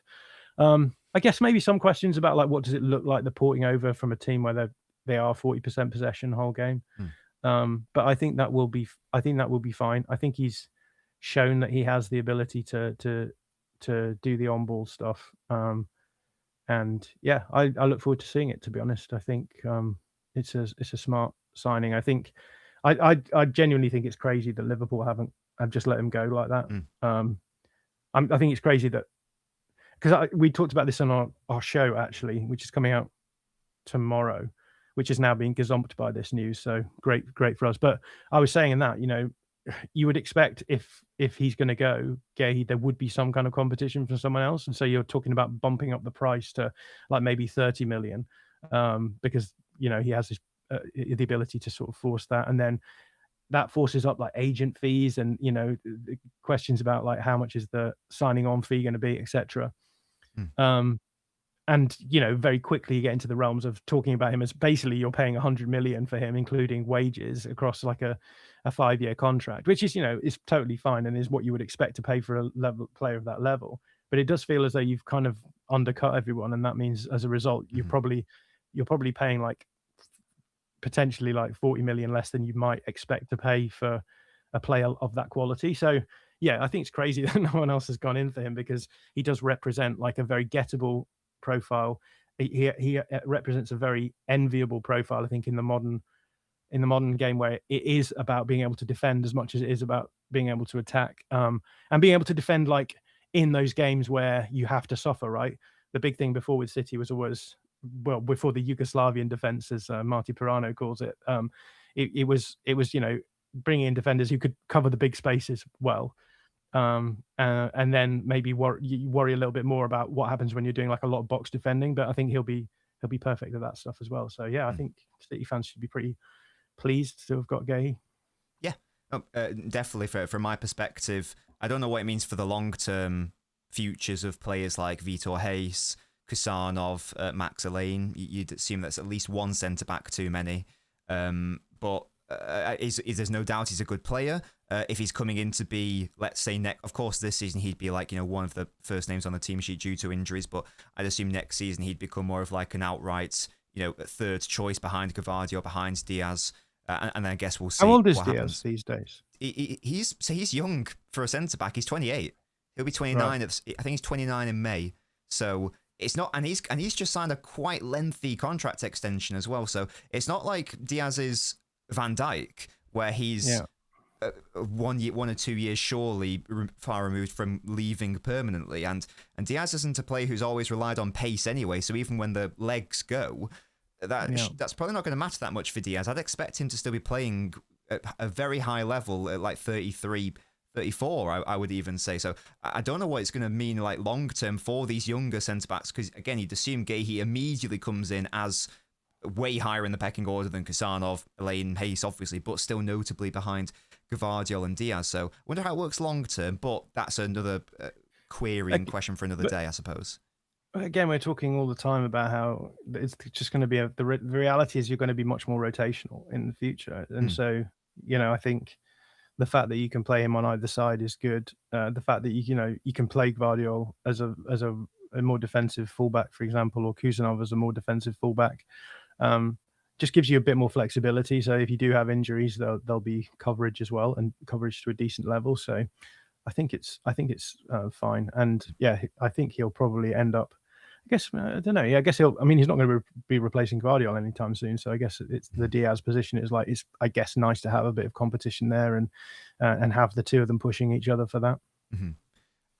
Brilliant. Amazing. This has been a beautiful stream and a beautiful show, in my humble opinion anyway. John, thank you so much for giving up all of your time today. We did overrun by 10 minutes, so thank you for sticking around and being so generous with your time, as I say.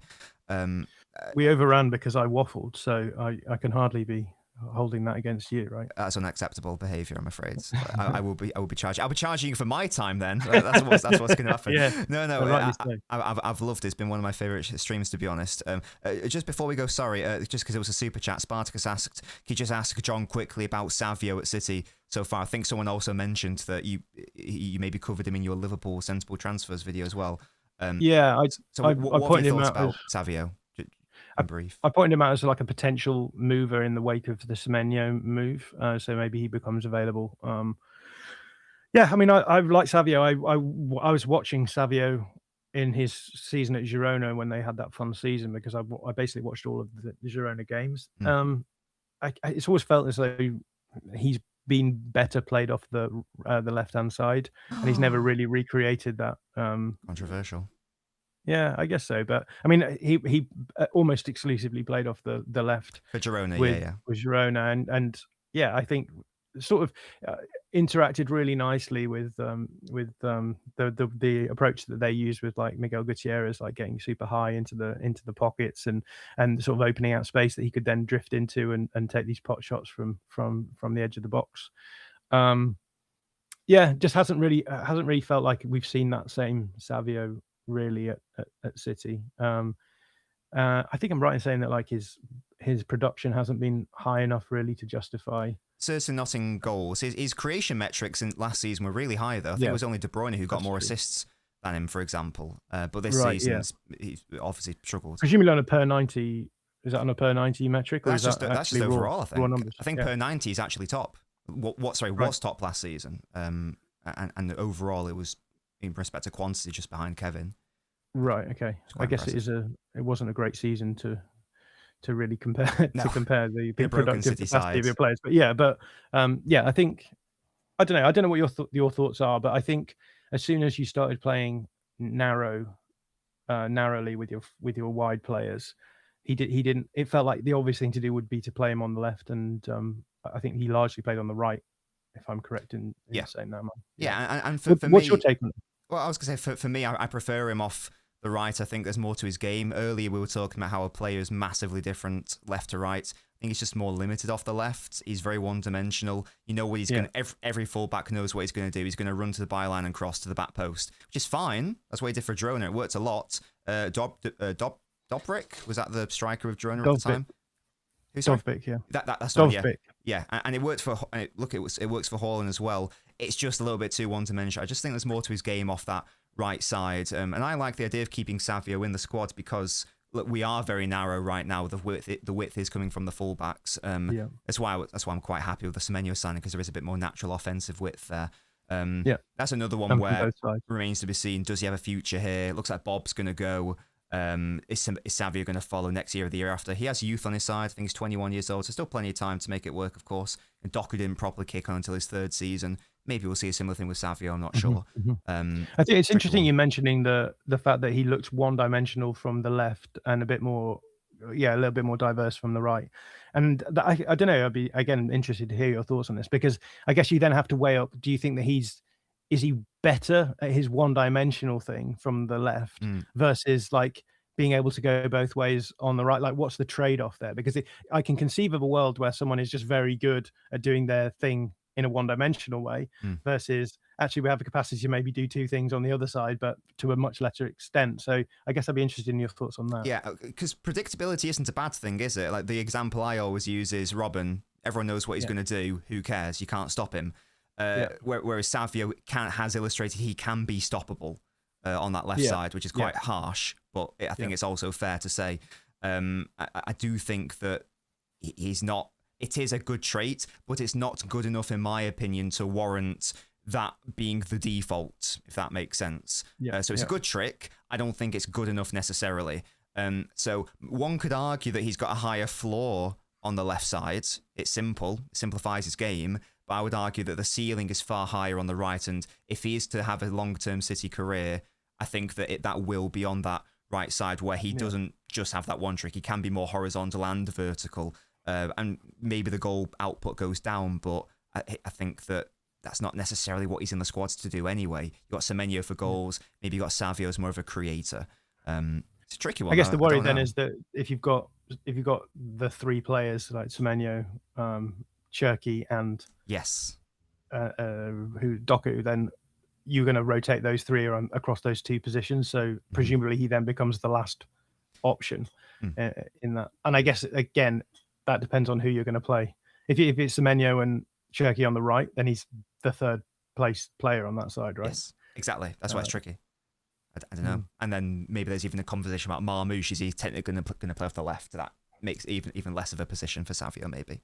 Not sure. Yeah. Just had one final super chat from Ethan. Thank you so much. It says, Nobbins and John, what a lovely Friday morning gift. Yeah, and I think with that, I will let John go because we have been speaking for a very long time. But I've really enjoyed today's show, John. It's been one of my favourites. I sincerely hope you have enjoyed it as well. I like yapping. And it's good to hear. It's good to listen to a fellow yapper as well within the context of United and City. Before we go, final plug for anything like social media or anything you would like to do just before we go. Yeah, no, it has been great to yap, especially with a fellow bald person like yourself, of course. So thanks for that. But yeah, if you want to follow my stuff, the videos go out on the Athletic FC YouTube channel. We also have the Tifo Football Podcast, which if you like maybe a slightly more irreverent take on football, then that's for you. That's has its own YouTube channel as well. So the Tifo Football Podcast will get you there. And then my socials, pretty much everything going through Twitter, X as they call it now, the kids. Swines. And I'm John_Mackenzie. John without an H, as we said, and Mackenzie with an A between the M and the C. So awkward, aren't you, you little weirdo? I am. Sort it out. I am. I didn't name myself, unfortunately, but Skill issue. there we are. Yeah, I did. Anyway, another topic for another day. Sorry, final thing. Score prediction, asks Austin. Yeah, I think City will win pretty comfortably. Getting you can come back. We'll go 2-0. Nice. Love that. I'll also go 2-0. Why not? I'll just copy him. Yay. Same starting 11s, same scoreline. Like Who'd have two thought? bald peas in a pod, eh? As opposed to one of those hairy peas in a pod. Yeah, you don't want a hairy pea in the pod. That'd be outrageous. Yeah. Thank you so much, everyone. Please leave a like on the video on your way out. Maybe we can have John on again in the future. Really hope you are enjoying these guest-led streams. Thank you so much for all of your support, as always. It's been a wonderful show, and I'll catch you tomorrow for the Manchester Derby watch-along. Preview to go out later today. Goodbye, guys.